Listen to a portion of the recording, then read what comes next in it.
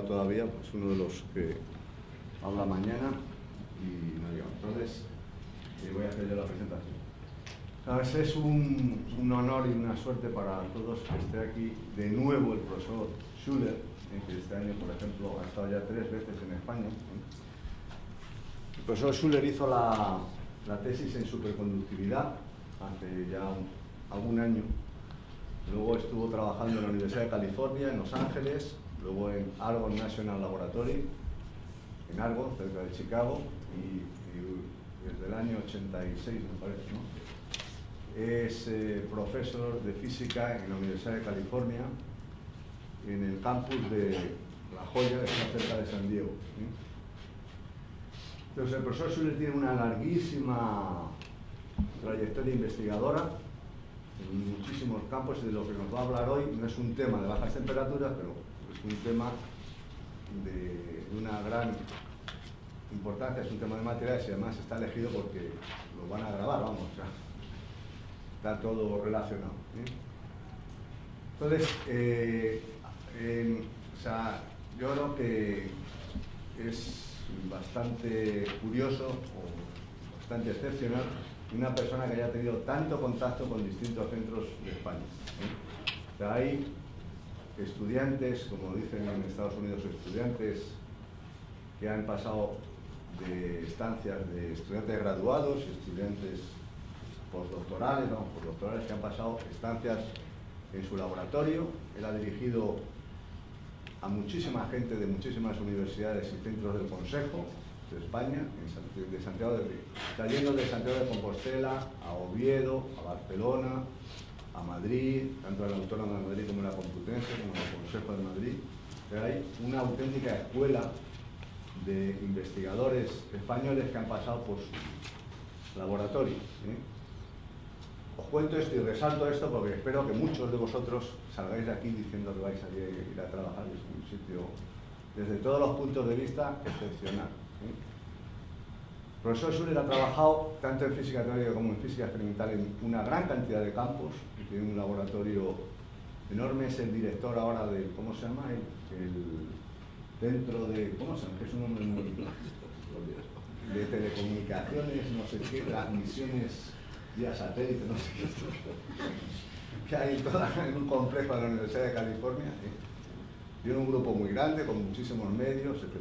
Y todo eso, aparte de ser uno de los científicos más citados, no físicos, sino científicos más citados del mundo. Eso no es una cosa que yo diga y quede bonito, sino eso que uno coge, le da a la tecla del ordenador y lo ve, ¿eh? O sea, está entre los más citados.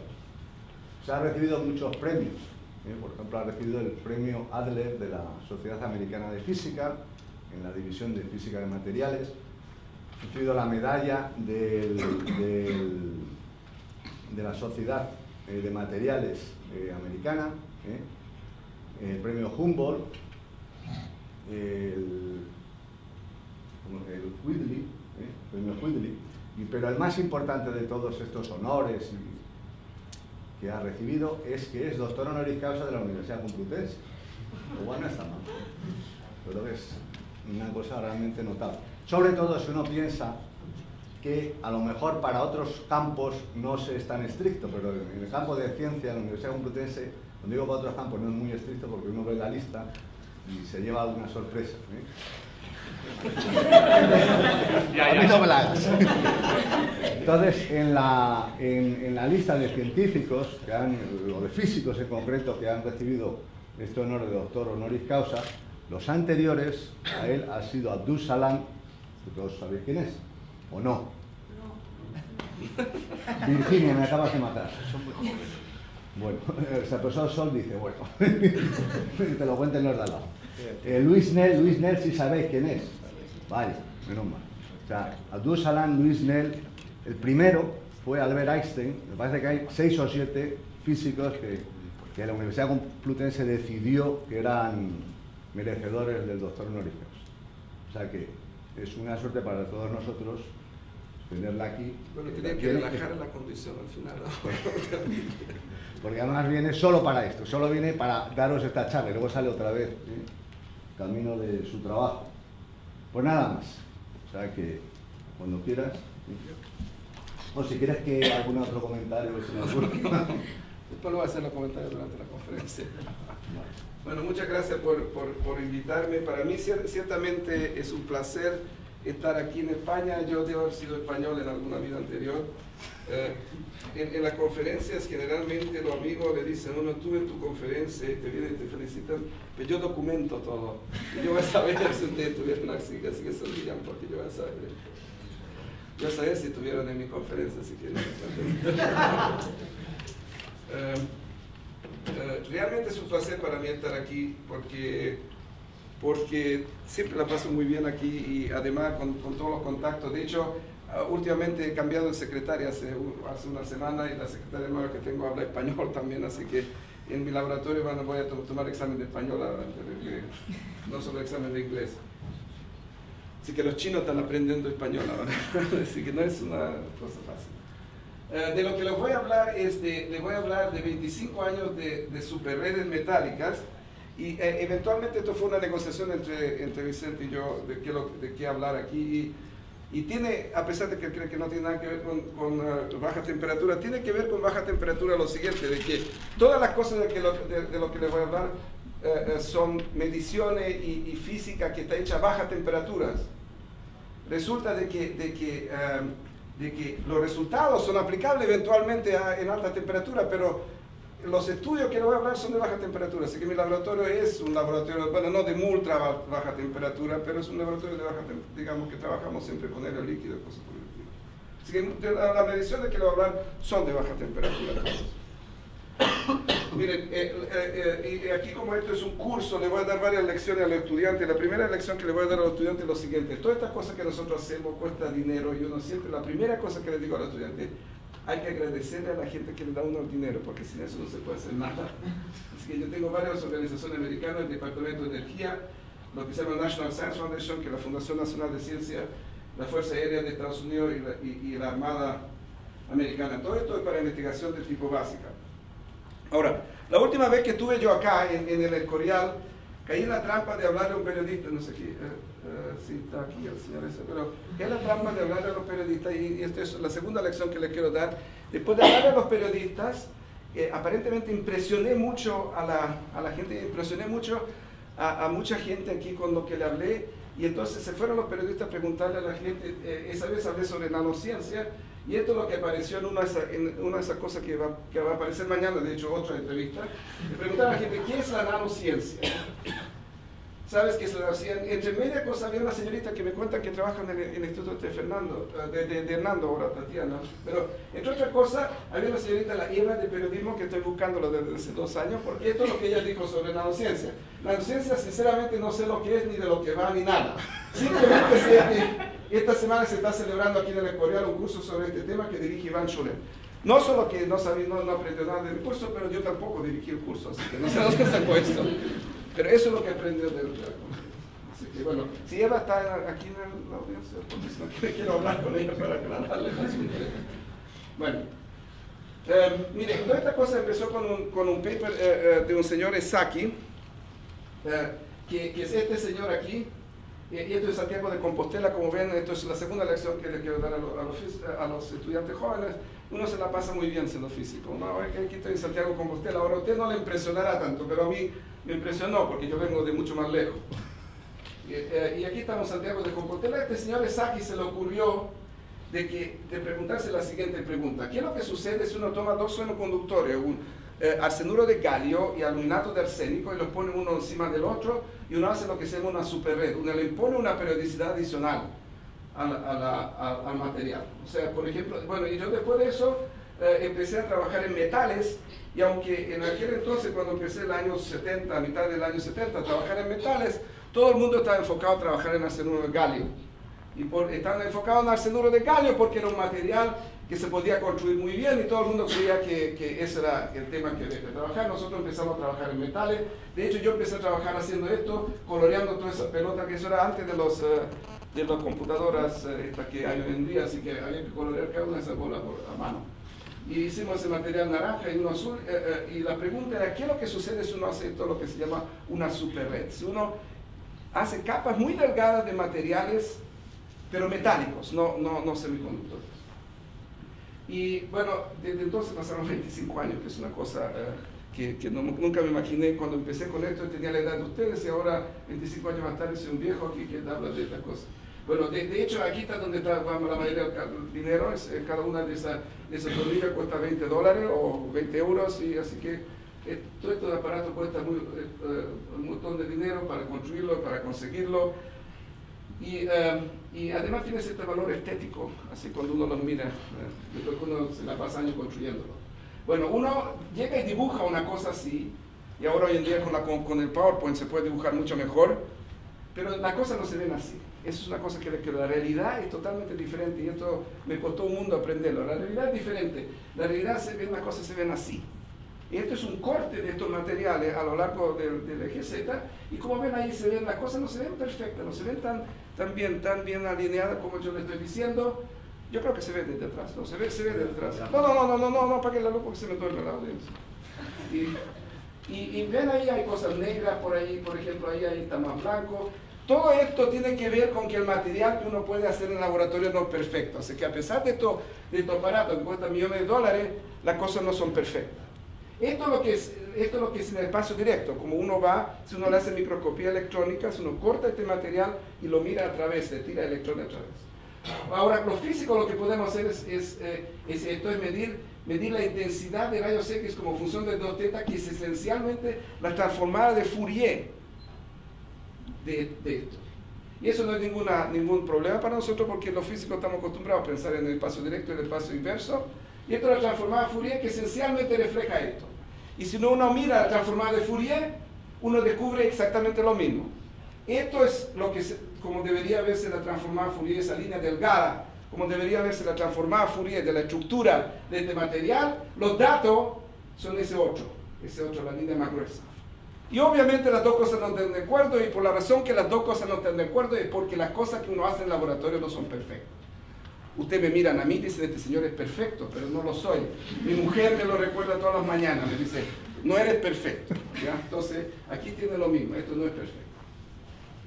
Ahora, esta cosa se ha desarrollado a lo largo de los años, se ha ido en direcciones, en otras direcciones, y yo también estoy trabajando en esto. Esto es, por ejemplo, una red que ahora se puede hacer con litografía de electrones o con litografía de otro tipo, se puede hacer en 2 dimensiones, y esto es una red bidimensional, donde va a estar el futuro. Yo creo, yo como que aludí un poco a una pregunta que le hizo un señor aquí ayer, es lo siguiente, que uno de alguna manera quizá puede construir un sólido artificialmente en 3 dimensiones.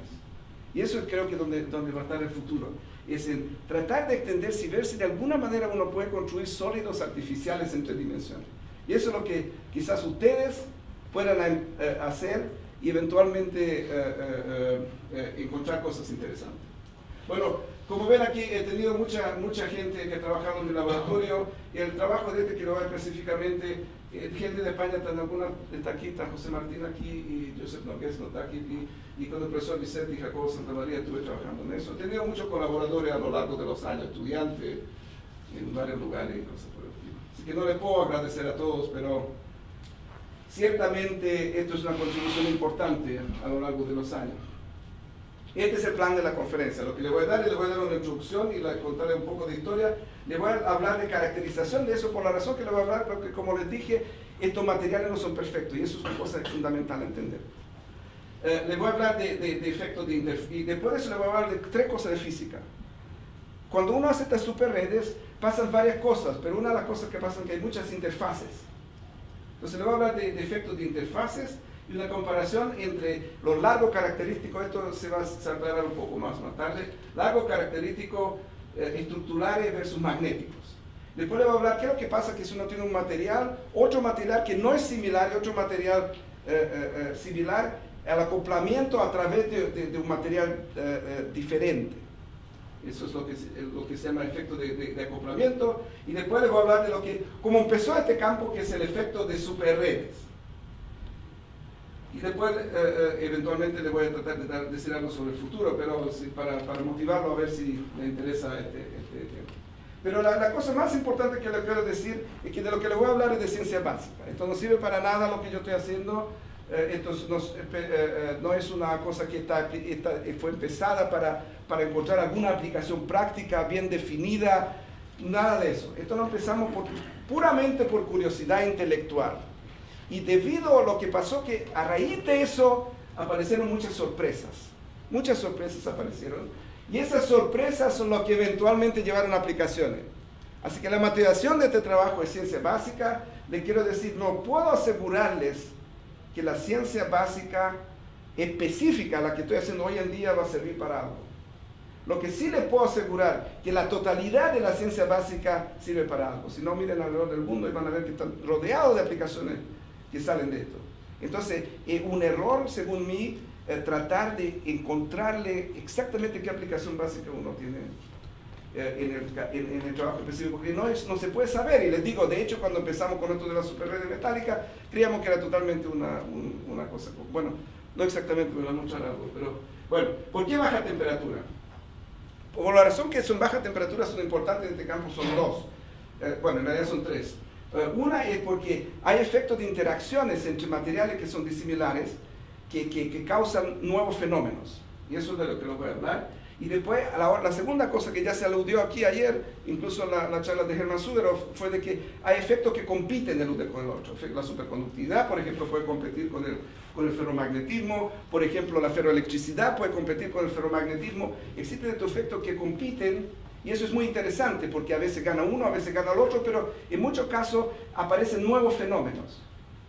Pero la segunda, la segunda razón importante porque hay que hacer baja temperatura es porque si uno quiere entender los fenómenos que uno está haciendo, uno se confunde con efectos espurios que aparecen debido a que la temperatura confunde la cosa.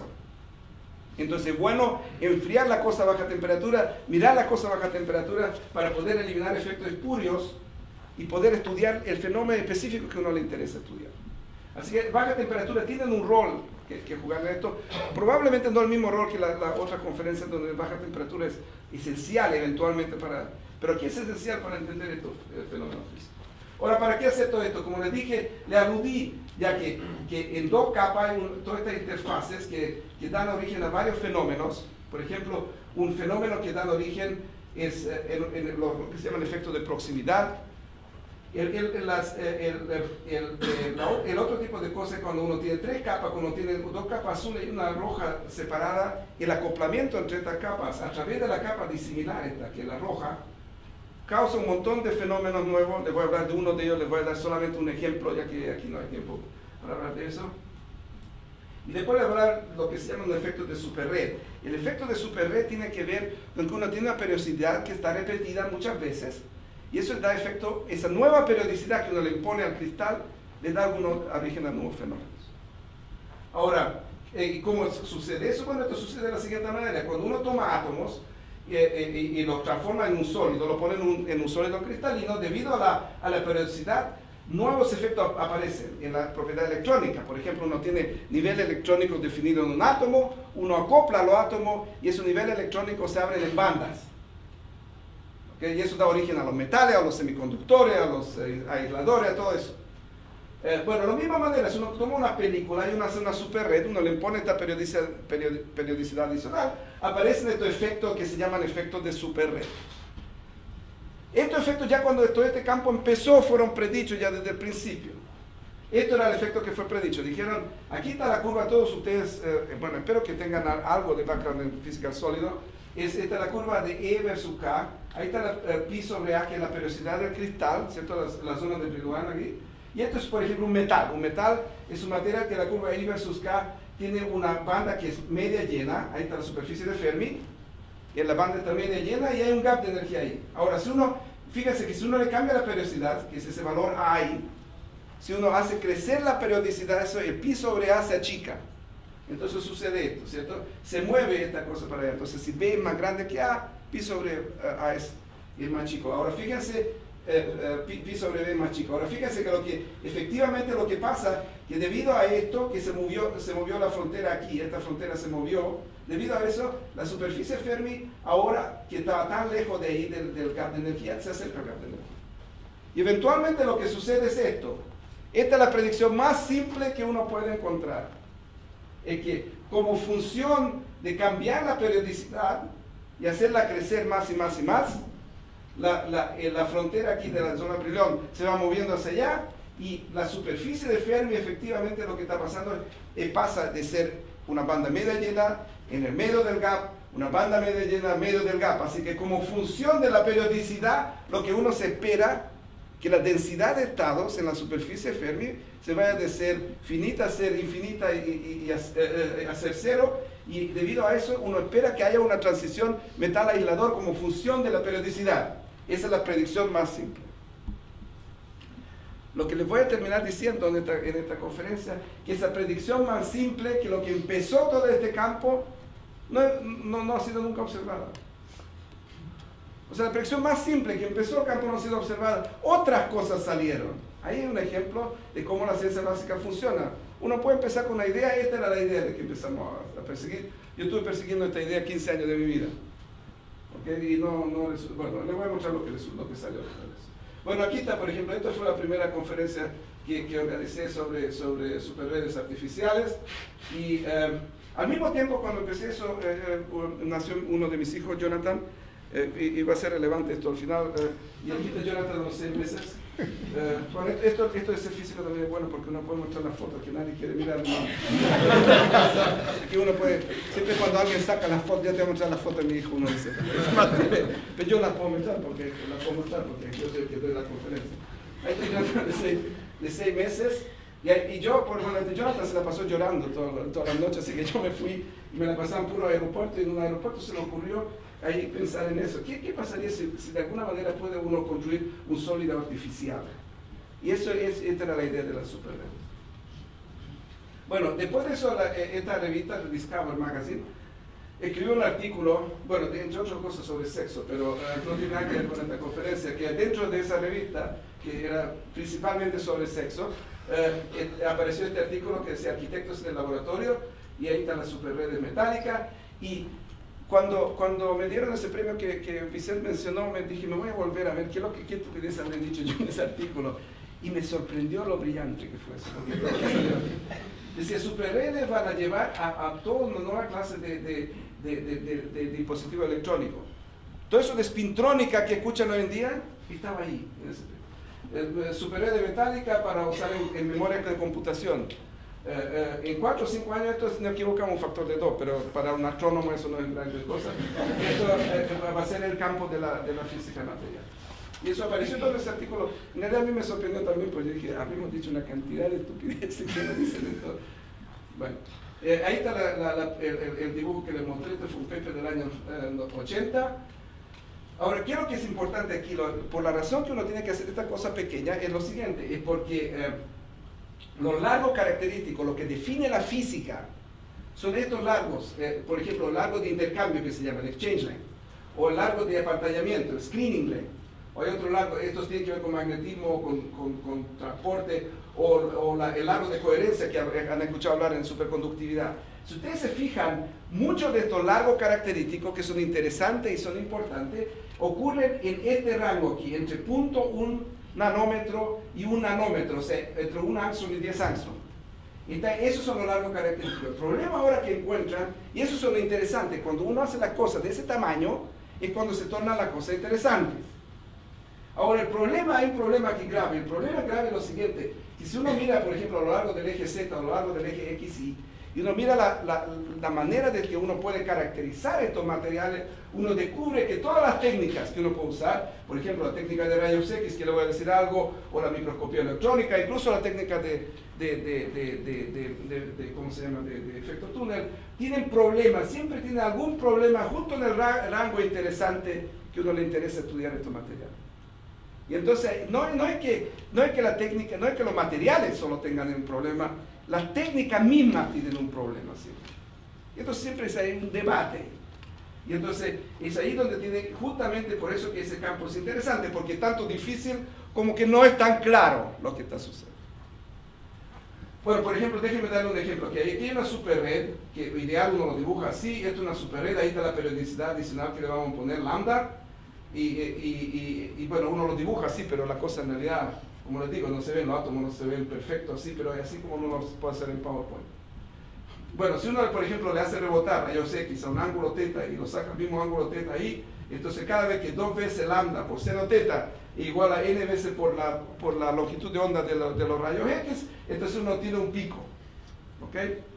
Y aquí está, por ejemplo, esta cosa, entre los rayos X, esto es lo que uno predice, la intensidad como función de θ, es justamente 2 lambda seno θ igual a n por lambda de los rayos X, ahí está. Uno predice que existen todos esos picos. Entonces están igualmente espaciados, y hay picos en bajo ángulo, hay bajos ángulos, hay picos en altos ángulos. Bueno, esto es lo que uno predice, que los picos tienen que ser infinitamente delgados, uno tiene que ser infinitamente, tiene que ser como una función de delta. Bueno, si uno lo mide, no es así. Esa es la realidad. Ahí está, no son así, algunos picos son más intensos, otros menos intensos. En detalle la cosa no es así. Y como físico, esto tiene que ver con la cosa que esta cosa está desordenada. De alguna manera no es perfecto lo que pasa. Ahí. Y entonces esto llevó a un diccionario que se usa mucho ahora en todas estas cosas, lo que le llaman heteroestructura, que son materiales que son incoherentes desde el punto de vista estructural. O sea que si uno mira una capa atómica aquí y otra capa atómica aquí, no hay ninguna correlación entre la posición de la capa atómica.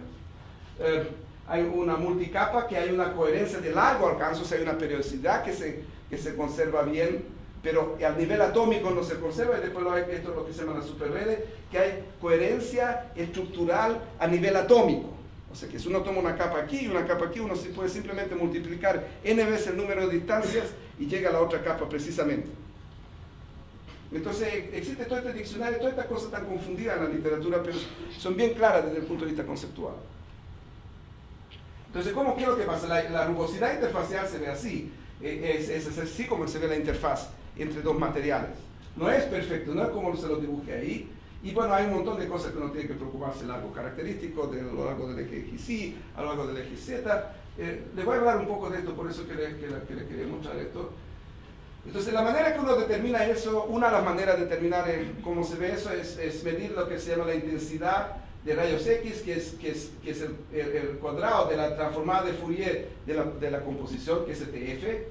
Y uno puede medirlo tanto estructural, uno puede medirlo de la composición química, uno puede también medir al mismo tiempo la composición magnética. Si uno, por ejemplo, hace scattering, le rebota, en lugar de rebotarle rayos X, uno le rebota neutrones que tienen un spin, y todas estas cosas son relevantes por lo que le voy a decir más tarde, por eso que les digo eso. Y entonces uno puede incluso determinar la estructura magnética. Ahora, el problema es un problema aquí. El problema, este es el problema, por ejemplo, de rayos X, que es lo que se llama el famoso problema de la fase. Porque como uno toma un cuadrado aquí, toma el cuadrado de F por el complejo conjugado, se pierde la fase. Ese es el famoso problema de la fase, y por lo tanto uno no puede tomar la intensidad y volver a la estructura, porque algo se pierde en esta medición. Entonces lo que uno tiene que hacer es lo que se llama un refinamiento. Uno inventa una estructura, calcula lo que debería dar, compara el experimento y el cálculo, vuelve y se da vuelta en un círculo. Eso es lo que se llama un refinamiento hasta que uno está satisfecho. Y aquí, si por ejemplo quieren refinar estructuras, hay un programa que se llama Suprex, que dos estudiantes míos lo hicieron hace varios años, como 20 casi, este fue el año... ¿Quién me va a preocupar de esto? Hace varios años, y ahora está como su 10ª o 11ª reencarnación. La pueden bajar gratis ahí. Lo único que tienen que hacer es darme una referencia, si lo usan. Hay como 400 instalaciones de eso en el mundo. Bueno, aquí está el refinamiento de la estructura de molibdeno y níquel. Estos son los dos metales, el níquel es magnético, el molibdeno no es. El molibdeno de hecho es superconductor. Y esto creo que fue la primera vez que híbridos entre superconductores y magnéticos fueron hechos. Y esta es la intensidad de rayo X como función de 2θ. Ahí están los datos, que son los puntos. Ahí está lo que debería dar una superred perfecta. Como ven, la superred perfecta no ajusta bien los datos. Está más o menos cualitativamente lo mismo, porque están espaciados igual los picos. Hay como una intensidad que sube y baja, pero el detalle no es lo mismo.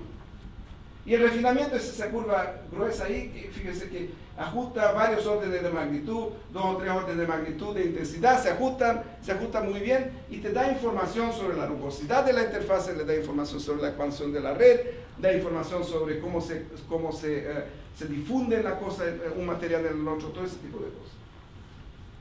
Ahora esto ha sido aplicado a muchos otros materiales y les quiero nomás poner para mostrarles que esto tiene mucho más relevancia a más cosas que superred metálica. Estos son superconductores de alta temperatura. Este, por ejemplo, refinamiento del Ivaco, una película de Ivaco. Y ahí también entra otra vez refinamiento de los datos. Y fíjense que esto son curvas, son 4 órdenes de magnitud de intensidad, así que estos desacuerdos que hay aquí es una parte en día a la 4, así que esto es muy buen fiteo, esto no es malo, esto es para exagerar el desacuerdo, ahí es una parte en día a la 4. ¿Okay? Esto es, por ejemplo, el refinamiento del itrio 123, del gadolino 123. Estos refinamientos recién empecé a trabajar en materiales orgánicos. Esto es lo que se llama naftalocianina. Esto es el trabajo que no fue publicado. Esto es refinamiento de una estructura de una superred de naftalocianina. Es una molécula muy interesante, según mí, que tiene un átomo central que es metálico. Puede ser hierro, por ejemplo, puede ser cualquier cosa prácticamente. Hierro, paladio, cobre, lo que sea. Y un montón de otras cosas orgánicas y que no sé lo que son, carbono, hidrógeno y nitrógeno y otras cosas. Y esto es una superred de eso, resulta que tiene interés, no les puedo hablar de esto por supuesto. Esto es un refinamiento de arsenuro de indio y antimoniuro de galio, que es una superred que se usa esto recién publicado, que se usa para detectores de infrarrojo, que tampoco les puedo hablar, pero por ejemplo uno puede obtener cosas como el grosor individual del antimoniuro de galio, que es relevante para estos detectores. No les puedo hablar de los detalles de esto, lo que les puedo decir, ahí está el fiteo, ven el rojo, ahí se ve el fiteo que fitea prácticamente perfectamente y les da una información que es importante tanto para entender el material como para la aplicación, en este caso una aplicación es un detector de infrarrojo. Entonces, ahora, inmediatamente después de eso, ahora les quiero mostrar la primera cosa de física. La primera cosa de física que les quiero mostrar es qué es lo que pasa si uno toma un material magnético y un material no magnético y le mira esta rugosidad. Pero no solo que uno mira la rugosidad estructural, pero uno quiere ver qué es lo que pasa con el magnetismo. Entonces uno se imagina, bueno, si yo pongo níquel y el níquel se ve así, entonces el magnetismo le va a seguir al níquel. Y eso es lo que quiero mostrar. Y esto es una medición que fue la misma tipo de mediciones que le acabo de decir, pero está hecho con neutrones. Está hecho con con neutrones que tienen spin y por lo tanto uno puede ver el spin de lo que pasa en el material. El spin del níquel, por ejemplo, en este caso. Entonces aquí está la intensidad. Bueno, esto es una cosa un poco más complicada porque como hay spines, como los neutrones tienen spines, viene un neutrón con un spin hacia arriba y va con el spin hacia arriba y se da vuelta ese spin. Y eso es lo que eso es lo que le dice a uno algo sobre lo que pasa magnéticamente en el material. Y aquí está lo que uno obtiene si uno mide lo que pasa con el spin hacia arriba, el spin hacia abajo, como función de la periodicidad de esta superred, como función del periodo que se repite en esta red. Los datos son estos puntos rojos. Ahora, por la razón que hay 4 datos nomás ahí, que no hay infinitos datos, es muy simple, porque uno tiene que tener un reactor nuclear para hacer estas mediciones, y un reactor nuclear cuesta mucho dinero, así que uno poner 4 muestras ahí no es trivial, digamos. Pero esa es la razón que uno no puede medir infinitas muestras. Y aquí está los puntos de estos verdes, son los puntos que le dicen a uno cómo debería verse esta razón entre lo que pasa con el spin hacia arriba y lo que se llama el flipping ratio, que no le puedo explicar en detalle lo que es, pero es algo que tiene que ver cómo se da vuelta el spin del neutrón cuando uno se lo echa a este material. Y ¿qué es lo que pasaría si este material sería perfecto? Entonces son esos puntos verdes. Bueno, inmediatamente uno dice, bueno, el magnetismo en este material no es perfecto, o sea, el material es rugoso en la interfaz, pero además el magnetismo es rugoso también. Pero después uno se pregunta, bueno, a ver, voy a inventar todos los posibles modelos que me puedo imaginar, concentrar todo el magnetismo en la capa del intermedio, concentrarla en las fronteras, distribuirla de alguna manera, que es toda esta parte de esta curva que tiene esta línea vertical. Pero los datos no están de acuerdo con ningún modelo que uno puede predecir. Entonces, la conclusión de eso es muy simple. La conclusión de eso es que si uno compara lo que uno mide por rayos X y por neutrones, implica que el perfil magnético es más plano que el perfil estructural. O sea que el magnetismo no le sigue la estructura al material magnético, sino que el magnetismo aplana de alguna manera. Si la cosa se ve más plana desde el punto de vista magnético de lo que se ve estructuralmente. Ahora esto es una cosa sumamente rara, totalmente inesperada, y no nos esperábamos que este resultado fuera cierto. Fue tan inesperado que lo publicamos en una de las revistas que nadie la leen ya, que es el Physical Review, el año 86. 10 años más tarde, apareció este artículo de Physical Review Letters, que decía la frontera entre magnética y no magnética es más plana, exactamente lo que 10 años más tarde, Physical Review Letters, 1996. Fue redescubierto completamente nadie, y tuve un intercambio, no les voy a mostrar eso, pero tuve un intercambio con uno de estos señores, ahora es muy amigo mío, pero hubo un momento ahí que hubo un poco de tensión entre los dos, porque no solo que decía que la interfaz era más plana, cosa que le descubrió la misma cosa con un experimento complicadísimo con sincrotrones, pero no solo que hizo eso, pero dijo que esto no se podía hacer con neutrones. No sé, solo lo habíamos publicado 10 años antes, 2 papers que habíamos publicado, así que no estaba muy contento yo con todo eso, como se imaginará. Bueno, eso era una cosa. Ahora, eso era en lo que pasa en la interfaz. Esa es la primera física. La segunda física que le quiero hablar es qué es lo que pasa con esta cosa de acoplamiento entre capas. Entonces, de esto le voy a hablar en magnetotransporte en superredes. Esta es otra cosa que está muy cerca de mi corazón, porque fue hecha ya al principio de esta cosa, hace muchos años atrás. Entonces, publiqué un paper en una conferencia. Bueno, me fui a Hawái en realidad para bucear, pero de pasar tenía que hacer algo, así que publiqué este paper ahí en esta revista. Por suerte publiqué este paper, ahora que me estoy dando cuenta. Y esto fue en esta conferencia de estructura modulada en el año 79. Mire, este paper ni siquiera les pongo esto para decirle lo aburrido que era, porque nadie lo leyó este paper. Así que no tiene un título ahí que no tiene importancia.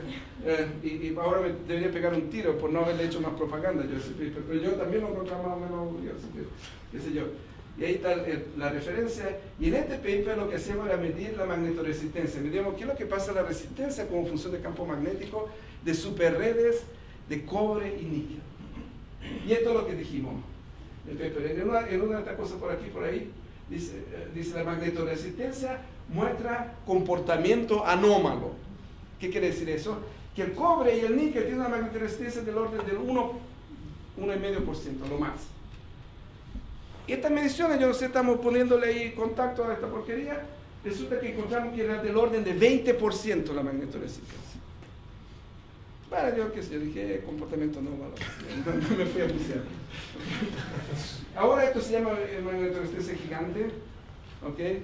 Y bueno, a alguien le van a dar el premio Nobel que no va a ser yo, desgraciadamente.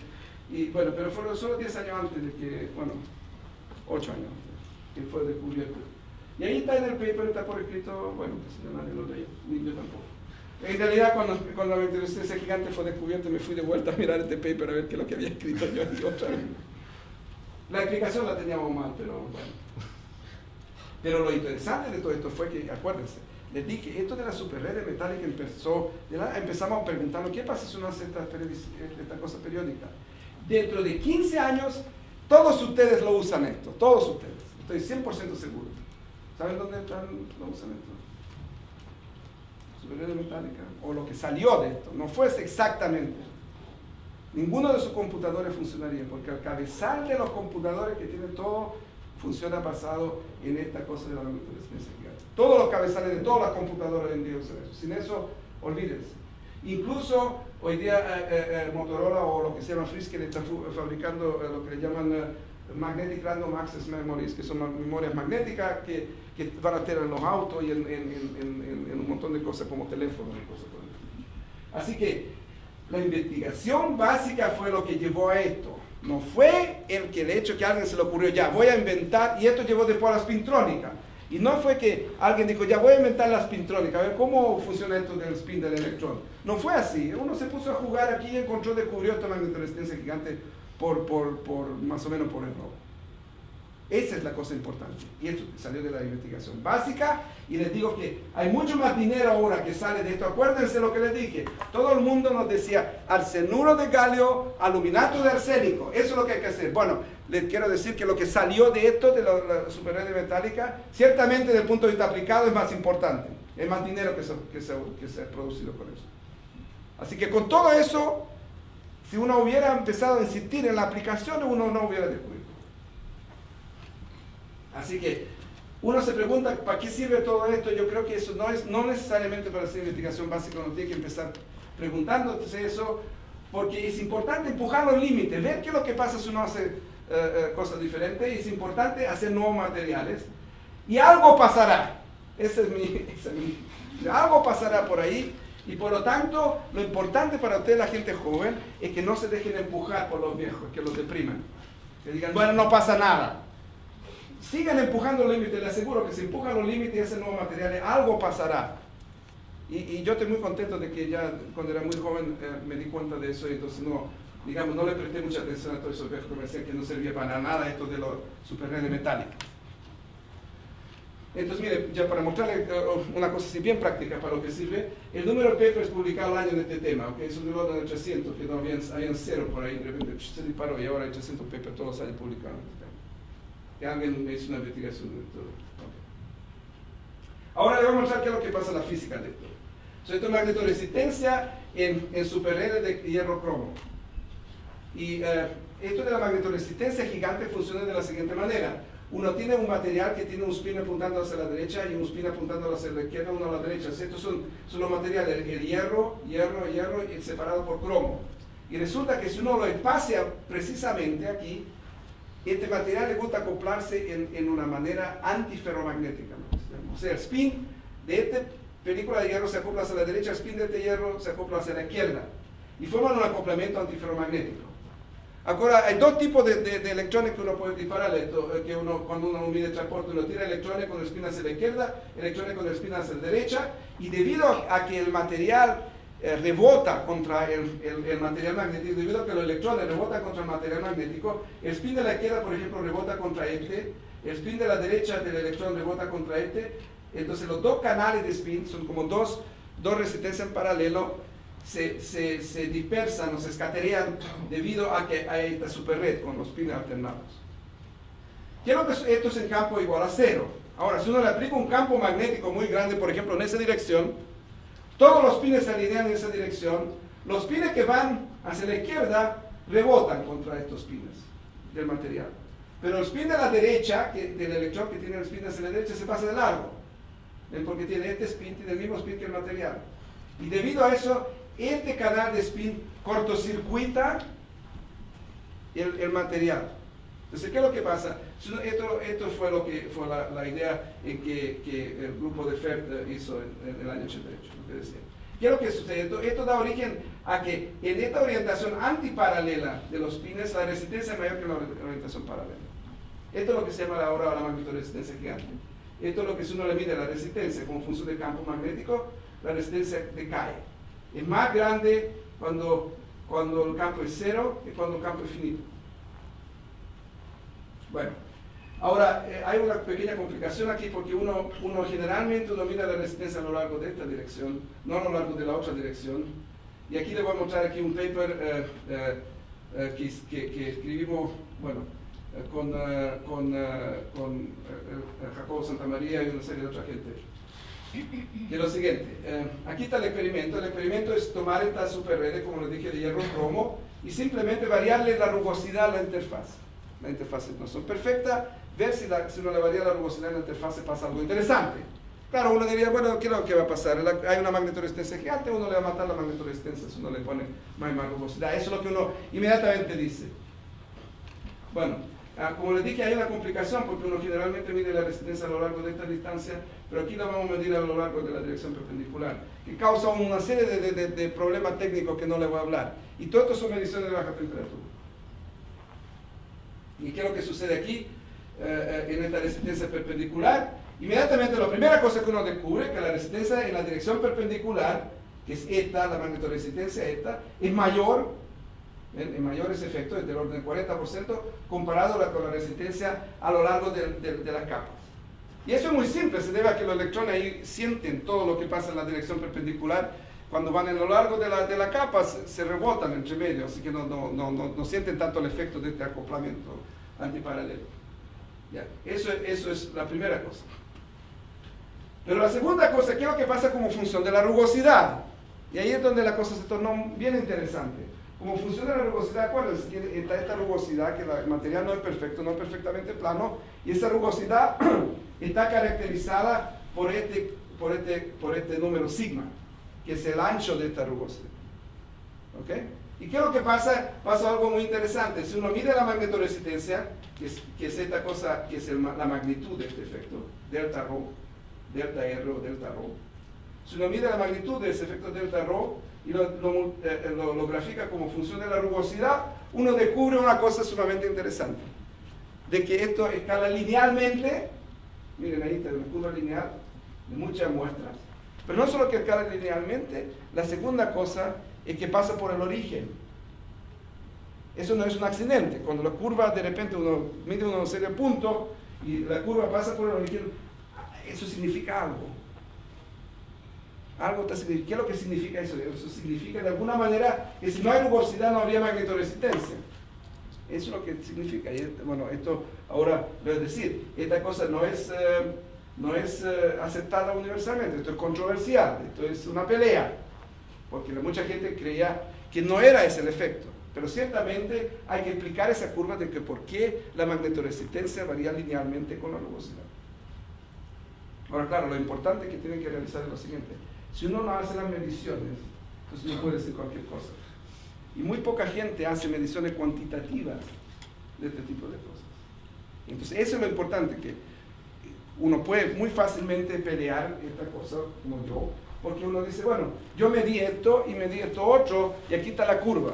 Y yo terminé mi trabajo. Ahora me puede discutir que no lo medí bien y puedo pelear sobre eso, pero nadie me dice que no lo medimos bien. Entonces la pregunta es, hay que explicar eso. Claro, si uno no lo mide, uno puede tener toda clase de filosofía o uno puede tener teóricos que le digan a uno lo que tiene que hacer. Y yo, bueno, no le creo mucho a los teóricos, así que no. Bueno, por ejemplo, aquí están los teóricos y tienen toda una serie de... Aquí está un señor Weinberger de Viena que tiene una serie de teorías sobre esto. Y miren, hay un montón de papers que han aparecido controversiales peleando sobre esta cosa. ¿Acaso esto es importante o no es importante? Y bueno, digamos, no les voy a hablar más de esto. Pero ahora, ¿cuáles son? Ahora, quiero ir a la tercera cosa, que es esta cosa del efecto Super-Red. Así que esto tiene que ver con el acoplamiento. Esto tiene que ver con el hecho de que había, lo que les conté ahora, que había un material magnético que apuntaba para acá y otro material magnético que apuntaba para allá. Tenía que ver con el acoplamiento a través de una capa disimilar, del cromo. Ahora lo que quiero es volverme al asunto esto del efecto de Super-Red. Bueno, ¿por qué quiero volver a eso? Porque, por lo siguiente, porque si uno mira rayos X, ciertamente los rayos X, todos estos picos que aparecen tienen que ver con el efecto de Super-Red. Tiene que ver con que existe esta periodicidad adicional, si no, no hubieran todos esos picos. Así que los rayos X le dicen a uno que hay cierta periodicidad estructural en estos materiales, hay cierto efecto de Super-Red, por decirlo así. Es sensible al desorden, y lo que les mostré, pero de todas maneras sobrevive esto. Resulta que una cosa que no lo conté, en magnones, que son cosas magnéticas, son excitaciones colectivas magnéticas, también al acoplamiento de Super-Red aparecen bandas de magnones, tal como les describí, que deberían aparecer las bandas de los electrones, y en los magnones aparecen también. Pero ahí el aro característico que acopla un magnón de un material magnético a otro, el magnón es como un fonón, ¿no? Para aquellos que no saben de magnetismo. Así que es una excitación colectiva, pero lo que acopla los magnones de una capa a otra tiene que ver con acoplamiento de tipo dipolar, que son largos, son acoplamientos de 200 años. La resistividad, desgraciadamente, hace otra, o por suerte, hace otra cosa, que es más interesante. La resistividad de tu material siempre es muy alta comparado con el bulk del material. Mucho más alta. Típicamente, cobre tiene una resistividad del orden de 0.1 o 0.01 micrón centímetro, aquí tiene 10 o 1 o 3 o qué sé yo. Y la otra cosa es monotónico como función de la periodicidad. O sea, no existe, acuérdense, lo que les dije al principio de esta conferencia, la predicción más simple es que la resistividad debería oscilar como funciona la periodicidad. Pero la cosa no oscila, es periódica. Entonces yo me dediqué muchos años de mi vida tratando de ver por qué sucede esto, qué es lo que es el origen de todo esto. Y aquí les voy a mostrar un efecto de superred. Ahora, ¿por qué es esto difícil? Bueno, pues esto es difícil porque hay muchos efectos que aparecen al mismo tiempo. Y uno de ellos es el efecto de la temperatura que me quiero deshacer. Así que esto me permite bajar a baja temperatura de CCMDS y de CCMDS, que es la interacción entre la interacción electrón-electrón. Pero incluso de esa manera hay muchos otros efectos de rugosidad, efectos de la superficie, efectos de la interfaz, efectos de defecto dentro de la red. Así que todo eso complica la cosa enormemente y entonces es muy difícil encontrarlo, porque las cosas no son perfectas. Bueno, aquí están una superred de cobalto y níquel que miramos y eventualmente llegamos a este. Y esto ya lo descubrimos varios otros tipos de materiales que no fueron el cobalto y níquel. Y es lo siguiente, miren, si uno hace esta superred y uno fija el grosor del níquel en 42 angstroms y varía el grosor del cobalto, y uno mide la resistividad y uno mide como función del grosor del cobalto a baja temperatura, así que uno se deshace de todas estas cosas que tienen que ver con los fonones y uno mide a muy baja temperatura, entonces medición de creo que a 1 grado. Uno descubre que para empezar la resistividad es baja, o relativamente baja, de 2 micrón centímetros, que es bajo para estos materiales. Y la segunda cosa que uno describe es que la resistividad oscila. Y oscila de una manera reproducible, o sea, no es que esto no es ruido, porque uno podría decir, bueno, uno mide cada vez que mide una muestra y le sale otro resultado, entonces ya. No es así, porque todas estas mediciones fueron medidas en un orden aleatorio. Además, por ejemplo, ese punto fue medido más tarde. Fuimos a ver, estará bien ese punto. Entonces volvimos, lo medimos, hicimos otra muestra y medimos ese punto. Y la resistividad a baja temperatura, temperatura cero, oscila. Así. La magnetoresistencia más o menos le sigue también. O sea, esto es el delta rho que les dije ahora, también oscila. Entonces, si uno fija el grosor del níquel y varía el grosor del cobalto. Ahora, esto todavía no prueba que es un efecto de superred. Acuérdense, un efecto de superred tiene que ver con la periodicidad. Aquí está, ¿qué es lo que pasa? Si uno fija el cobalto y uno varía el níquel. Otra vez lo mismo sucede, la cosa oscila. Y les digo, me ponía muy nervioso esto de que oscilen las cosas. Entonces, por ejemplo, aquí como ven, medimos 3 puntos uno detrás del otro para asegurarme que no había alguna estupidez aquí. Porque esto no se ve como una oscilación realmente muy bonita. Pero lo más interesante es esto un efecto de superred. Entonces hay una serie de teóricos por todos lados. Uno de mis colegas, Duchamp, que es un señor que se perdió por un pelito del premio Nobel, porque este era el señor que de hecho fue uno de los inventores de lo que se llama Density Functional Theory, y se lo dieron a Walter Kohn, pero no se le dieron a él. Este también trabajó en este tema de ver qué es lo que pasa con esto de la superred de metal. Aquí está el efecto. Esto es, los datos, cuando uno fija el grosor del níquel de 42 angstroms, varía el grosor del cobalto. Si uno mide 4 capas, cobalto, níquel, uno ve una curva monotónica como función de la resistividad. O sea, la resistividad como función de cobalto. Una curva monotónica que no oscila. Pero si uno hace muchas capas, n mayor que 10, esto oscila. Ese es un efecto de superred. Es un efecto que tiene que ver con que hay una periodicidad, no solo que hay 3 capas o 4 capas, sino que hay una periodicidad. Eso es lo importante. Entonces, esto es un efecto de superred.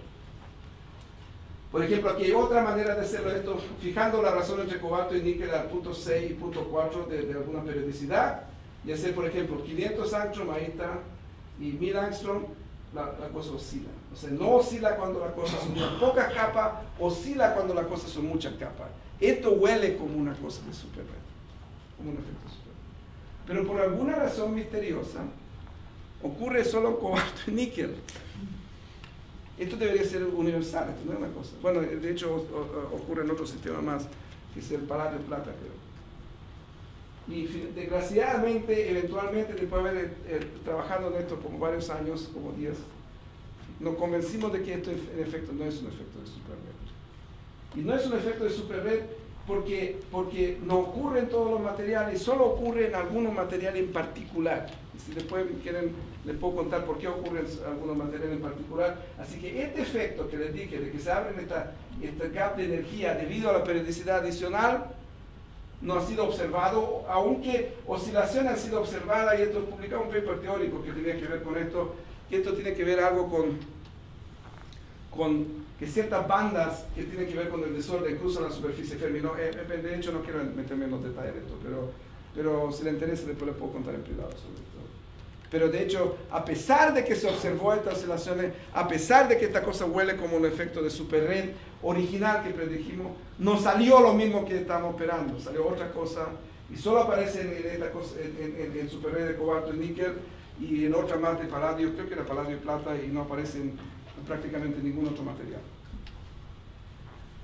Bueno, ya esto llevó a un montón de otros teóricos a estar estudiando cosas y qué sé yo, tratar de predecir por qué sucedía esto en algunos países. Así que como les digo, desgraciadamente tengo que reconocer que uno necesita a los teóricos, que es una cosa, aquí tengo un amigo mío teórico, así que esto es una cosa que me cuesta reconocerla, que me tuve que ir, esto creo que fue en algún lugar en el sur de Chile que fui con este amigo mío ahí para reconocer, pero esto fue una cueva, y que lo reconoce en una cueva, solo que privado. Miguel Kiwi, por aquellos que no lo conocen, es un señor que trabaja en magnetismo. Y de hecho este señor Miguel Kiwi fue, mire, para que vean, muy amigo mío, este señor, y yo parece que me veo más viejo que él, pero este fue mi primer profesor de física sólida.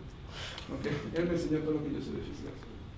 Bueno, esto llevó a lo siguiente, que el Departamento de Energía decidió que ¿qué es lo que fueron los descubrimientos más importantes de los años 70? Publicaron 10 descubrimientos más importantes del año 70. Por ejemplo, dijeron confinamiento con espejos de los tokamaks, era una de las cosas más importantes. Y miren, aquí está superred metálica. Este es Eric Fullerton, que fue uno de mis estudiantes, era uno de los años 70. Yo me fui al Departamento de Energía, le dije yo, bueno, en los años 70, de 70 al 80, ustedes se gastaron $10.000 millones. Una de las 10 cosas más importantes fue lo mío, así que yo quiero un décimo de este dinero, pero no me tomaron en serio. Bueno, en resumen, porque me gusta estar a tiempo. En resumen, lo que le quiero decir es que nuevos materiales llevan a nueva física, nuevos materiales llevan también a nuevas aplicaciones. Lo que aquí les mostré son los 3 ejemplos de qué es lo que en superredes metálicas, efectos de interfaz, que eran estos de que la magnetización era más plana que la estructura, efecto de acoplamiento, que la magnetosíntesis gigante, estos efectos de superred que no son exactamente como fueron predichos originalmente. Ahora, déjenme decirle algo sobre la filosofía de todo esto. De la filosofía le quiero decir lo siguiente, que para qué sirve la investigación básica es una pregunta que no está bien postulada. Alguna persona famosa que no tuve tiempo de mirar en la internet, ayer estuve mirando la internet a ver si encontraba esto, dijo, ¿para qué sirve un niño? Creo que fue alguien como Bell o Edison que dijo esto, creo, uno de estos. Le dijo, ¿para qué sirve un niño? Se pregunta la misma cosa, ¿para qué sirve un niño? No sabe para lo que sirve el niño. Acuérdense que yo les mostré una foto de Jonathan cuando tenía bueno, ahí está Jonathan, porque uno inesperadamente uno se encuentra con sorpresas. Ahí está Jonathan ahora, de hecho está en Stanford ahora, de estudiante graduado, es más alto que yo y qué sé yo, y ahora va a recibir el doctorado en física. Así que ¿para qué sirve? No sé para lo que sirve, uno no puede saber. ¿Qué sabe yo? Cuando lloraba todas las noches, yo hasta que lo mataba también, pero ¿para qué sirve? No sé para qué sirve, uno puede, digamos, decidir. Ahora hay una serie de preguntas interesantes que uno se puede hacer sobre esto, y tampoco tengo el tiempo para contarles todo esto, preguntas interesantes, pero van a escuchar sobre spinning colectivo probablemente mañana, ¿cierto? Que Elvira González va a hablar de eso. Hay una serie de efectos que tienen que ver con el efecto proximidad magnético. ¿Acaso uno puede tornar un material que no es magnético, hacerlo magnético simplemente por efecto de proximidad? Hay, por ejemplo, nuevas fases superconductoras que son predichas. No sé si han sido observadas, por ahí alguna gente cree que han sido observadas, yo creo que no, pero da lo mismo. Si uno toma un superconductor, otro superconductor, le pone entre medio un material magnético y justo ajusta el grosor de este material magnético de tal manera que se acoplen estos de una manera rara, lo que le llaman pi phase que la fase pi, que la fase se acopla con una diferencia de 180 grados en una capa superconductora con la otra capa superconductora. Hay una serie de trabajos en eso. De hecho, María Vélez, cuando tuvo mi grupo, hizo algo sobre esto. Nosotros llegamos a la conclusión que esto no era exactamente cierto. Creo que llegamos a esa conclusión. No sé, ¿cierto? No sé, estuvo envuelto en eso también. Bueno, qué sé yo. ¿Qué es lo que pasa cuando uno confina, por ejemplo, magnones en cosas finitas? Eso tampoco se sabe. Hay una serie de muchas preguntas interesantes en este tema. Les digo, no son las cosas que llevan a este tema, no son aplicaciones. En el futuro, aquí está donde está el futuro. Esta cosa yo no sé, esto es un misterio todavía, esto es un misterio que me va a molestar probablemente hasta que muera. ¿Por qué no se pueden observar su efecto de superred? Esto es una cosa que molesta sumamente. Miren, esto es para medir la magnetoresistencia gigante en la dirección perpendicular, lo hicimos con una estructura así, donde uno circula la corriente perpendicular a la capa a través de electrodos superconductores, que son esas cosas azules. Pero este llevó a que uno construya con litografía materiales tridimensionales. Entonces aquí, por ejemplo, tenemos un material tridimensional en que hay capas magnéticas, pequeños como monedas magnéticas que están metidas entre medio de cosas no magnéticas. Entonces yo creo que eso es donde está el futuro, que uno puede construir de alguna manera cosas tridimensionales, que reconstruir un sólido artificialmente a partir de lo que uno puede controlar bien a nivel, digamos, a nivel individual. Claro, por supuesto uno tiene que tener estudios cuantitativos. Bueno, mire, ser físico es muy bueno. Yo me la pasé muy bien con ser físico. Aquí, por ejemplo, estamos en una comida, no me acuerdo, ahí está Jonathan, ahí está José Vicente, y Miguel Alario, y María, mucha gente, está María Varela también. No me acuerdo dónde fue esto fue una reunión. Así que ser físico uno la pasa bastante bien, uno se pasa en comida que otra gente paga por la comida. Bueno, el gobierno de Estados Unidos paga uno por la comida. Así que ser físico está bien, pero no solo eso. No solo eso, pero yo, por ejemplo, la pasé muy bien. De hecho, la pasé muy bien viniendo a esta conferencia aquí hace como 15 años atrás, o 20 años atrás, fue la primera vez que vine acá y me compré una camiseta. En aquel entonces no me consideraban tan importante, así que tenía que comprarme la camiseta. Me compré una camiseta, esta es la camiseta del curso de verano del Escorial. Ahí está la catedral. Y miren, esta camiseta, esto es en Venecia, esta camiseta se la pasó en muchos lugares del mundo. Esta camiseta del Escorial, como ven, en varios lugares en el mundo, ahí para aquellos de ustedes que no son educados, ahí están los lugares. Tengo muchas más fotos de esto, pero ya me aburrí en un momento. Así que le quiero agradecer aquí a la Escuela de Verano y yo la paso muy bien aquí. Muchas gracias.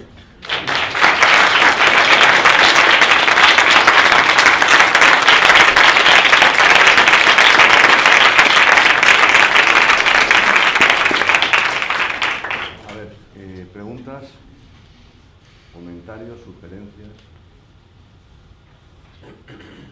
¿Qué fracaso? Venga, que te tardes un poco, me va a estar, pero luego.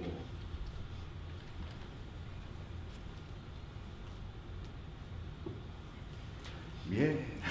Ahí está su. ¿Podrías comentar sobre la explicación que diste en 1979 de ese paper? Pero obviamente no lo leí, sí. De magnetoresistencia.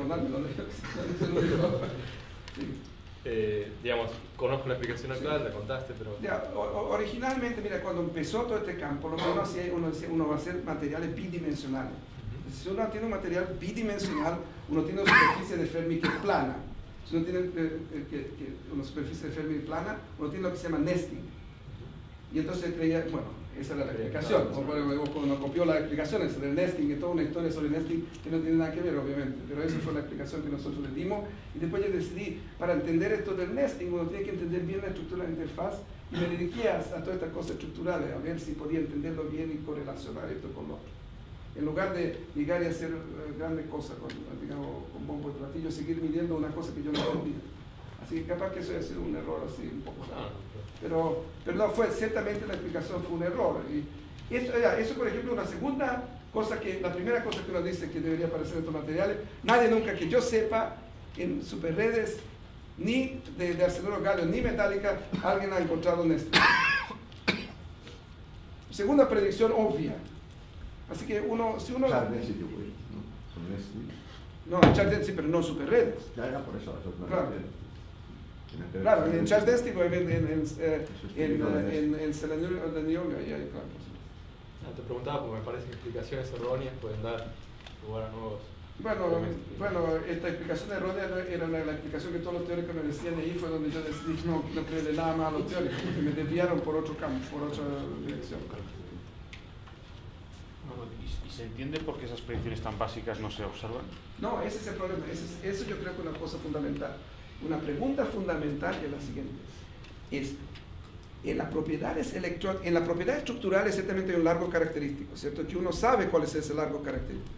Ahora, la propiedad electrónica hay otro largo característico. Y no entiendo, yo de hecho no entiendo muy bien, para las propiedades de transporte, por ejemplo, específicas. ¿Cuál es el largo característico de eso que limita que no se vean, por ejemplo, efectos de superred o efectos de nesting? No lo entiendo muy bien. ¿Qué es lo que limita eso? Y eso es una cosa que para mí es un misterio de tipo más bien teórico que digamos, experimental. A ver, Suderov quería llevarse de eso. La resistividad. Sí, pero está grabado. La resistividad de las superredes que tenéis es bastante baja, ¿no? Entonces me pregunto si habéis conseguido o habéis intentado observar oscilaciones cuánticas para ver la superficie de Fermi. Y tú dices como cosa como oscilaciones de Hash-Rubicon. Sí. Bueno, esto es lo que el profesor Suderov está preguntando, que si uno tiene un monocristal y uno lo pone en un campo magnético y uno le mide la resistencia como función del campo magnético, uno ve ciertas oscilaciones que tienen que ver cómo es la superficie de Fermi de este material. Son oscilaciones de Hash-Rubicon. No hemos tratado de hacer eso. Bueno, esos experimentos tienen que hacer en campos suficientemente altos como para que el electrón, antes de que se disperse o se escateree, se pueda dar una vuelta completa. Eso tiene que ser temperatura súper baja. Tiene que ser temperatura muy baja y campo magnético muy alto, y yo no he tenido la oportunidad de eso, pero no lo hemos hecho. Pero de hecho el cobalto níquel es un material que, como tú dices, tiene la resistencia muy baja, y quizá valdría la pena volver a mirar oscilaciones de Hash-Rubicon. Pero no se lo he hecho. Y ahí probablemente se podría ver efectos de nesting. Pero que yo sepa, nadie ha visto nunca efectos de nesting en esta cosa.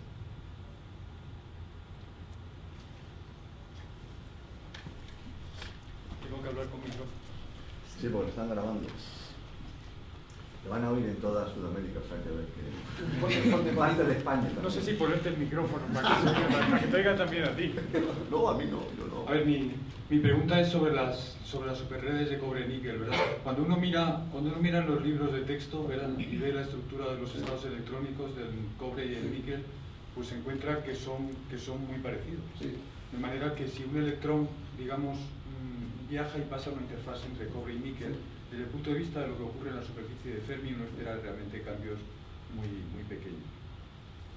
De manera que probablemente, y esto sí que es una suposición, ¿verdad?, por comparación con otras superredes, el recorrido libre medio sea en muchos casos mayor que la periodicidad de la superred, la longitud de difusión de espines probablemente también.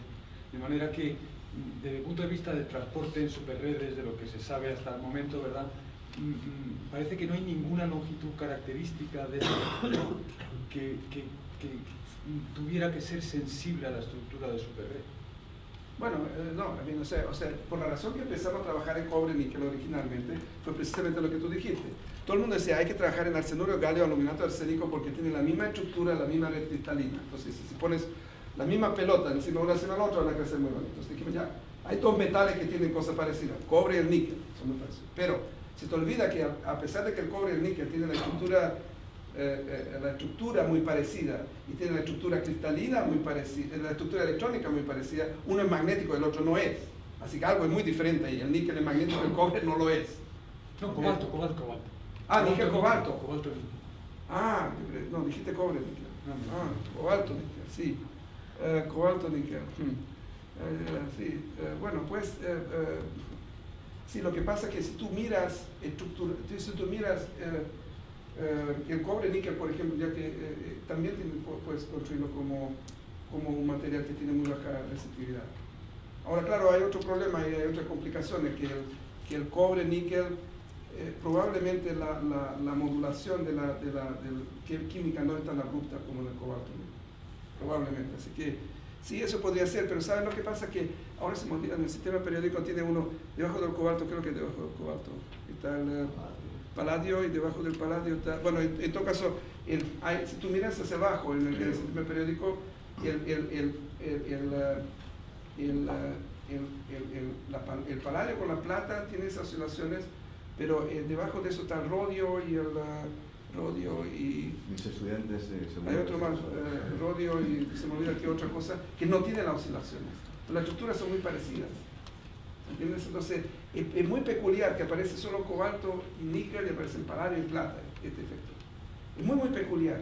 Y entonces resulta que hay un efecto muy interesante que después, a raíz de esto, descubrimos en la literatura, que si tú tomas y le pones unas pequeñas impurezas de cromo, por ejemplo, o de metal de transición, al cobre, por ejemplo, la resistividad oscila bestialmente. Puede cambiar un factor de 20 si le pones un 1% de cromo más. Y eso se debe simplemente que hay hay scattering, hay ciertos estados que aparecen cerca de la superficie Fermi que uno puede hacer scattering ahí, dentro de esos estados. Y eso es lo que creemos que pasa aquí, que es peculiar para esto, debido a aparecen unos ciertos estados que tienen que ver con el desorden de la interfaz que aparecen cerca de la superficie Fermi. Y eso es lo que te dan al crecimiento de la receptividad. Y lo pudimos explicar cuantitativamente, pero capaz que tenga razón, que tiene que ver con que el camino libre medio es mucho más grande en este que en los otros. Pero no creo. Bueno, ahora es el turno de los estudiantes. Si no, debería ser el turno de los estudiantes antes. Pero si no preguntan a los estudiantes, sí, yo les voy a preguntar a los estudiantes. Por ejemplo, esto es un curso, o sea, es la continuación del curso de sólidos de hace unos meses. Por lo tanto, la gente mira para abajo, pero yo creo que Joan Ackerman puede preguntar algo, la tienes ahí detrás. Pregunta algo. Ya lo tienen para ¿Por qué lo de la modulación de la estructura magnética es menor? Sí, la estructura magnética tiene una modulación más suave. Ya, muy buena pregunta. La pregunta es ¿por qué el magnetismo será más suave que la estructura? En realidad el origen de eso es casi obvio. Claro, es obvio una vez que uno lo sabe, pero no es obvio antes de eso. Pero es casi obvio. Se debe a lo siguiente, la estructura, ¿cierto?, tiene que ver con la posición de átomos, que es como un monopolo. El magnetismo, por otro lado, siempre son dipolos. Y entonces los dipolos, cuando uno tiene un dipolo, uno ya promedia un poco. Debido a que uno siempre tiene una cosa, una carga positiva, una carga de un polo norte y un polo sur. Y entonces debido a eso es que la estructura se ve más plana, debido a que la estructura magnética está más o menos de alguna manera hecha de dipolos. En cambio la estructura física está hecha de monopolos, y eso es lo que creo que está en el origen. ¿Okay? Así que la explicación no es tan complicada, pero te digo que han habido varios physical letters, Nature y cosas así, de descubriendo esta cosa. A ver, ¿alguien más? Por ejemplo, Clara González Santander. Ya, listo. Pero otra expresión psicológica. Pero Total. Después dice que nosotros los americanos en Abu Ghraib torturamos a los prisioneros, pero ustedes son mucho peores. Eso sí que yo tenía dos preguntas. Bien.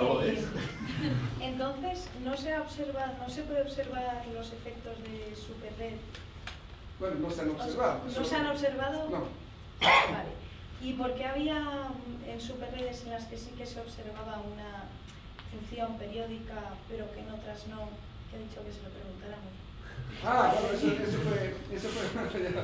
Eso fue toda esta discusión que tuve aquí con el profesor Santamaría. De que creemos que el origen de esas oscilaciones no se debe a esa cosa, o sea, esto hay que mirar en detalle, teorías y cosas así, pero te digo que el origen de esas oscilaciones no tiene que ver con esta cosa simple que les dije, cómo empezó todo este campo. Tiene que ver con otra cosa más complicada y se debe al hecho de que, por la razón que no creemos que son efectos superred, es porque no aparece, esto debería aparecer en todas las combinaciones de material. No aparece, aparece en una combinación. no hay suposiciones de por qué sale en esa y no en otra. Bueno, te digo, porque la explicación es completamente diferente. O sea, lo que creemos que la explicación es otra explicación que no tiene nada que ver con esto, y entonces por lo tanto eso debería aparecer solo en esa combinación. Porque esa es la explicación, digamos, esa es la explicación final, por lo menos de nosotros. Después de eso, mira, esto también es como una cosa así que uno a una cierta edad se obsesiona con ciertas cosas. Yo me obsesioné con observar esta cosa por alguna razón. Y me la pasé años tratando, y a nadie le importa en realidad esto. A mí me importa, pero a nadie más le importa. Porque nadie, bueno, dice, ya no hay efecto superior, ya vamos a hacer otra cosa. ¿Entiendes? Ahora, yo personalmente creo que una cosa interesante, no solo desde el punto de vista experimental, pero como dice el profesor Sosa, tiene que ver con cosas fundamentales. Uno puede decir la primera cosa, y se acabó, no se ve eso. Claro, si se vería, todo el mundo decía, es obvio. Bueno, no se ve. A ver, ahora expliquen por qué no se ve. Yo creo que, a ver, por ejemplo, Vanessa Peña, como sigues así... Vanessa Peña. Vanessa Peña era mía. ¡Ay, es verdad! Me he equivocado. Eso yo decía, Vanessa Peña. Pobre Vanessa Peña, ya no está. Estudiante de doctorado. Sí, hay un señor ahí atrás. A ver. Dime.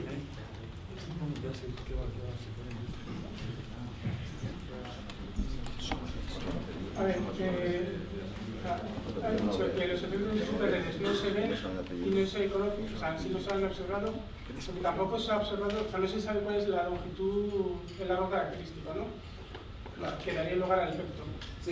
Entonces, la forma de buscarlo sería o hacer las capas más gordas, más estrechas, más capas, bueno, todo eso, menos capas. Claro. Entonces todo eso lo has hecho. Sí, y todo eso qué? lo hemos hecho. Te digo, bueno, yo creo que yo debo haber publicado del orden de 150 papers en este campo.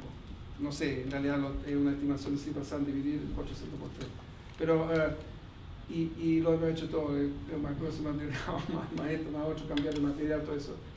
Y aparece estos efectos que se ven, que huelen a superred, que son efectos que no pasan cuando hay pocas capas, pero pasan cuando hay muchas capas, que eso es el efecto superred.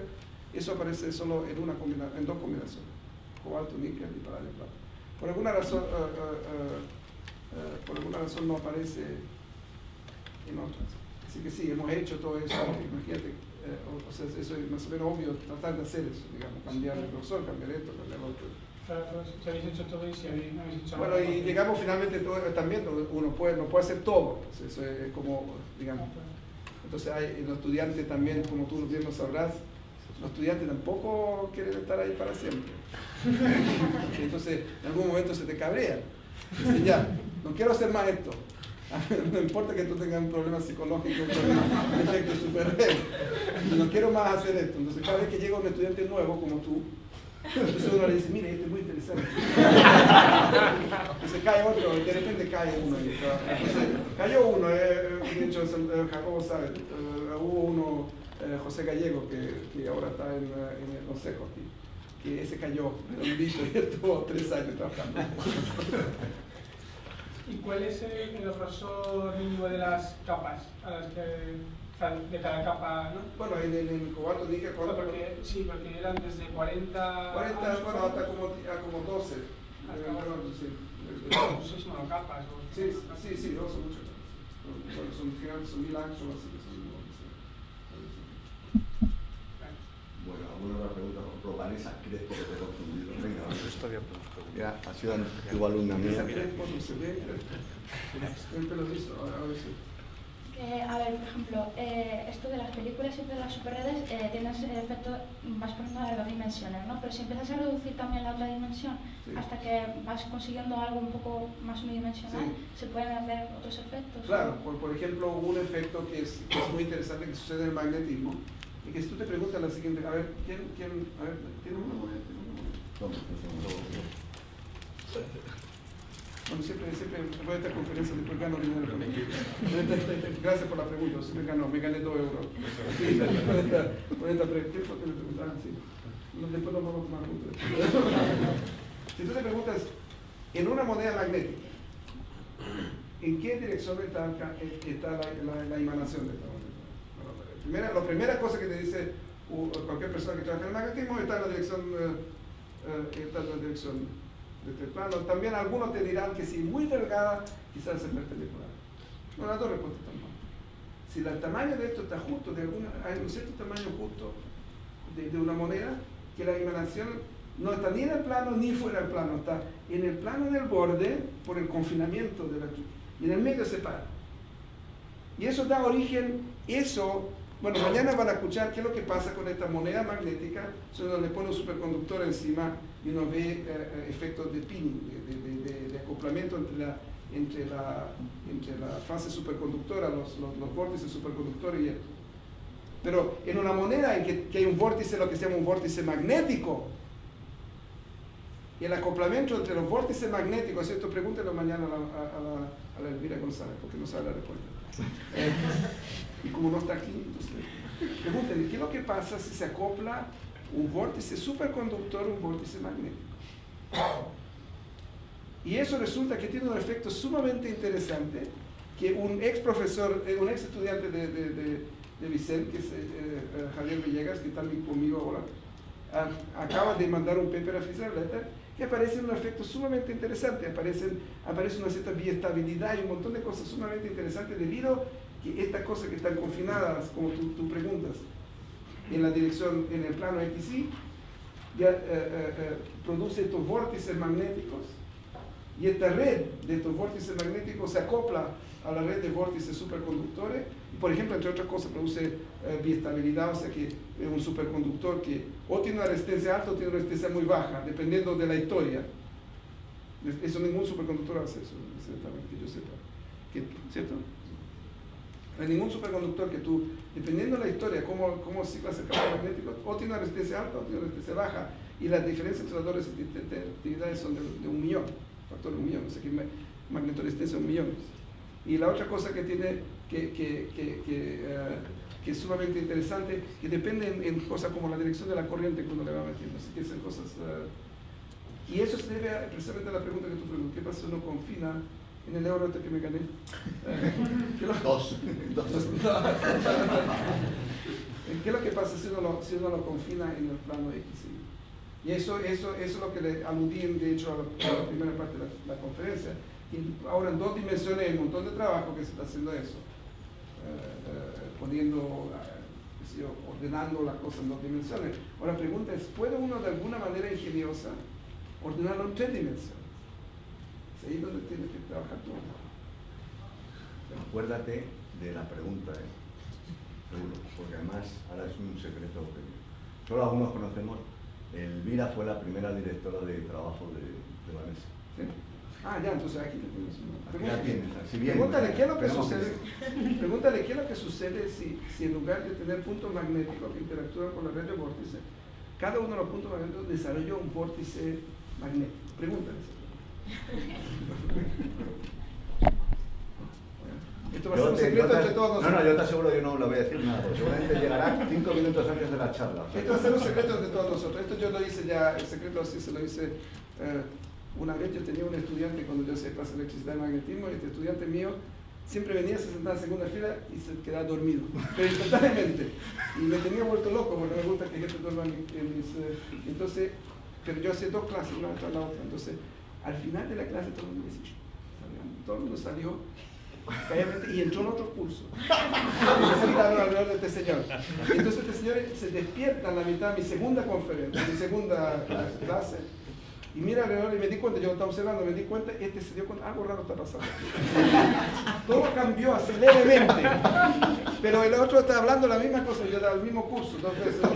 El otro está hablando, sigue hablando la ley de Dios Sabat, pero me di cuenta que estaba muy confundido. Así que eso es lo que pueden hacer en la vida. Bueno, ¿alguna otra cosa?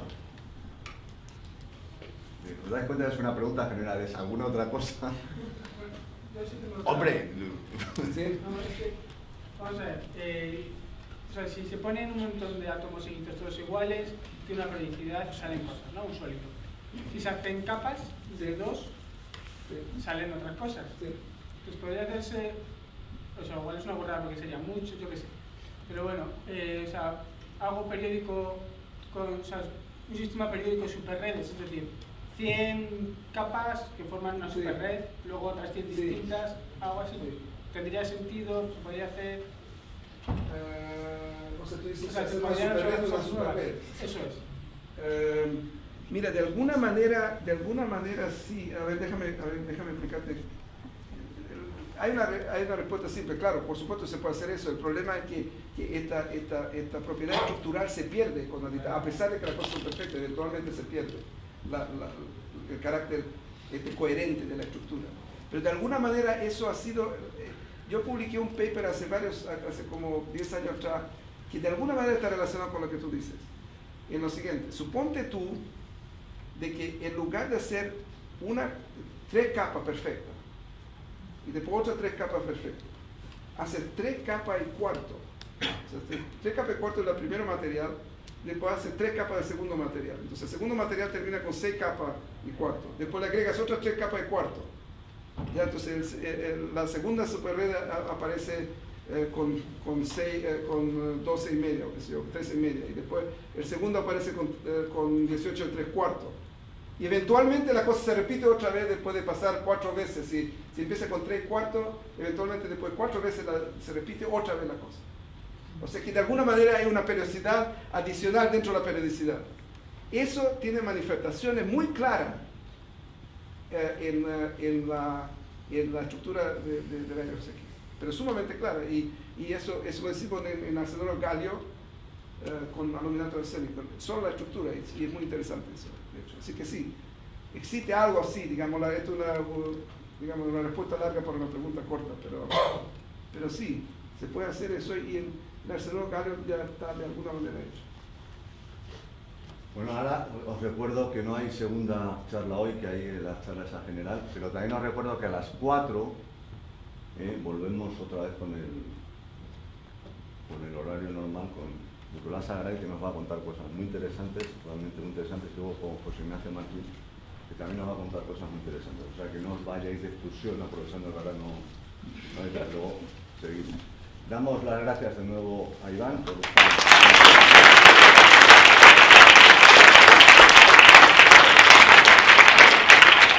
Si queréis alguna otra cosa, él va a estar hasta el viernes se va, o sea que mañana va a estar todo el día, y por la tarde también. Pues nada, se acaba la sesión por el día.